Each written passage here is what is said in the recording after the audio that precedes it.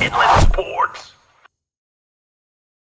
And now join us here on the Inland Sports Show, the head coach of the Orange Vista Coyotes, and I'm a big fan. It's Shawn Fleming. Got his first win on the road at Warren High School in Downey. And coach, listen, that first win as the head coach, it was going to happen, but how good does it feel just to, get that first one out of the way and now focus on the upcoming games, including Vista this week? It feels good to get the monkey off your back. You always want the first one. It wasn't really the biggest thing on my mind. We just wanted to get better as a team. That's what we're really focused on. We knew it was a tough non-league schedule, but it does feel good to finally know that, we got our first win of the year. So the goal is to keep rolling from here. Now, Coach, through the first 4 games, your record says 1-3, but at least in my opinion, you guys could be 4-0 right now. You've played 4 really close games, like one possession kind of games. What do you think? What do you think your team has learned, or maybe grown through this process of playing these close games, and maybe they'll be better for it in the long run?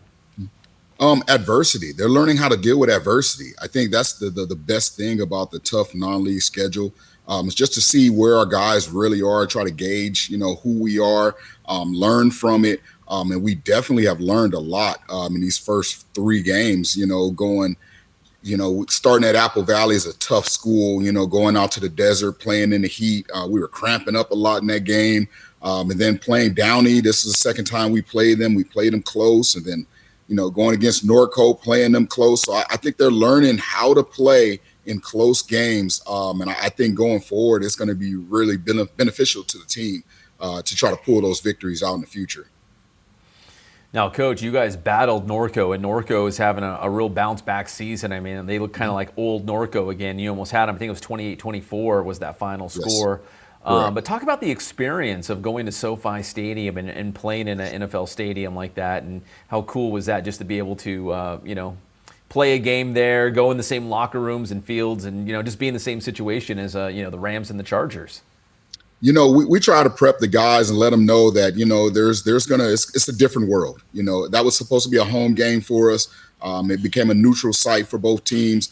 We just try to prep the guys before the game and let them know that, initially everyone, you're going to kind of be starstruck. You're going to see all the lights and all the names and the field and everything that's going on. But at the end of the day, we just try to let them know that once that ball is kicked off, it's just a game. It's just a normal game. And they really treated it that way. Everybody felt the same, that after the first kickoff, we kind of forgot about how big the place was, and it just felt like a football game.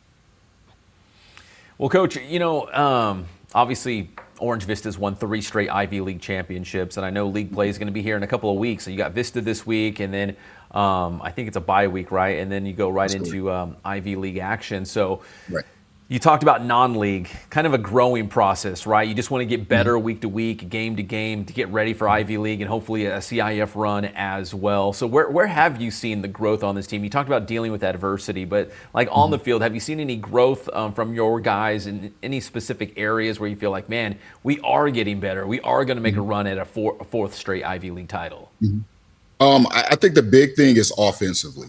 We have a new OC here and Coach Dunlap, so that's something we've been trying to, instill the new offense in all the guys with Khalil and the new receivers. We're a really young team, and that's been our focus, is trying to make sure that the offense is right. We knew the defense would be fine. I've been the DC here for years. We knew we would continue doing what we've been doing, but our focus was to get the offense rolling. And they've been each week, they're getting better and better each week. So I definitely see the growth in the offense, and I think it's going to continue through our league schedule. All right, Coach Fleming, now that you're 4 games into your first year as the head coach, give me something that you didn't realize you were responsible for as the head coach. Like head coaches tell me, I'm the head booster. I have, I'm in charge of the fireworks booth to raise money. I have to coordinate buses. Like, what's something you're like, man, I didn't know Coach Zoe had to do all this. Like, what's something new that you're like, wow, as the head coach, it all falls on you at the end of the day? I tried to help out Zoe throughout the years, whatever little extra things he needed. So my guy is Coach Beeson, and a couple other coaches, they've been stepping up and helping me out. I think the big thing, I talked to Zoe about it, is game days. As a teacher, you still have responsibilities throughout the day. But just trying to gather every piece of equipment together, the kids, you get the coach, I need this, I need that. And, just trying to gather everything to get on the bus, especially for road games.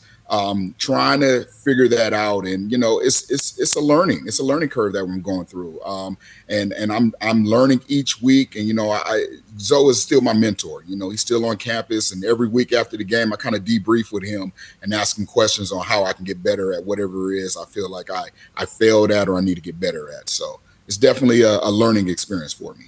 How's Coach Zomalt doing? Is he loving just being a fan of the Coyotes now and just sitting back? Oh yeah, he actually is. It's shocking. He hasn't tried to get back on the sideline and call a few plays, but he's enjoying being away from the game and just looking at the school stats and everything. And he still has access to Huddle, so he goes in there and watches the games, and sees how things are going.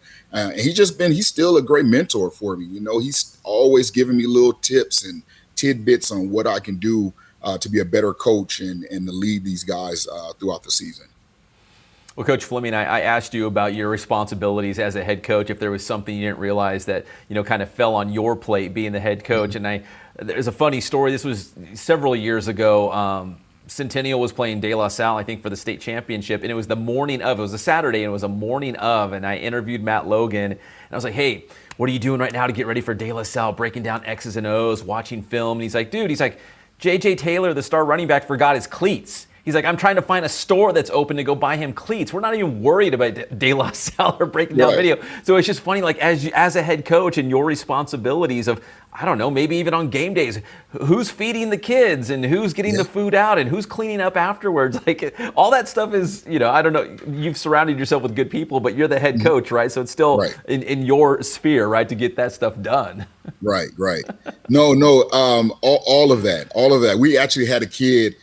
We were just pulling out the gate at school, and the kid said, "Coach, I forgot my cleats." And so we had to stop. And we're on our way out to Downey. We got a long drive ahead of us. We got to stop so the kid gets his cleats. And the first week I forgot the waters and the Gatorades, and so it's just so many things that you have to focus on and think about, not just the game but preparation for the game. But each week I've gotten better. I have a checklist each week, so I'm getting better and better each week. So I'm growing. It's a learning process. Well, Coach, getting that first win against Warren High School, do you feel like, I don't know, so far this week, I know it's early in the week, but does the team feel maybe a little more confident or maybe a little momentum? Like, okay, good, we got that first one. We know we're still a good football team. We've played some really close games. It feels good to get over that hump. Maybe mindset or just the vibe with the team a little bit different this week? I think it's still the same. These kids are really locked in. They understood who we were playing, and the schedule was tough. Warren is a good team, well coached, a lot of athletes running around. But I think the difference is going into that game, we had adversity, and we had adversity in that game as well. But at the end of the day, I mean, it came down to the last play of the game, and the defense stood up and made the play that needed to be made. And they figured out how to get over the top.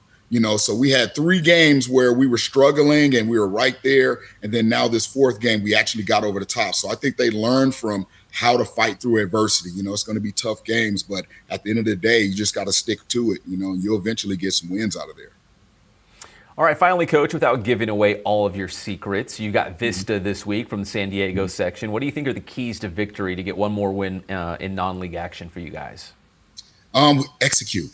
That's something we've been preaching all non-league, is we have to execute against these good teams, making sure that we're utter focused on doing all the little things. We see everyone understands the big picture, but sometimes you kind of lose sight of the little things. So we've just been trying to pay attention to detail this week, all the little small things, and go into the game just making sure that, we don't have any personal mistakes, nothing that we did to ourselves, no one's self-inflicted injury. So that's the big thing. And then, we've had a few injuries. So now it's the time to start getting healthy before we get to league. So that's the biggest thing that we've had for us.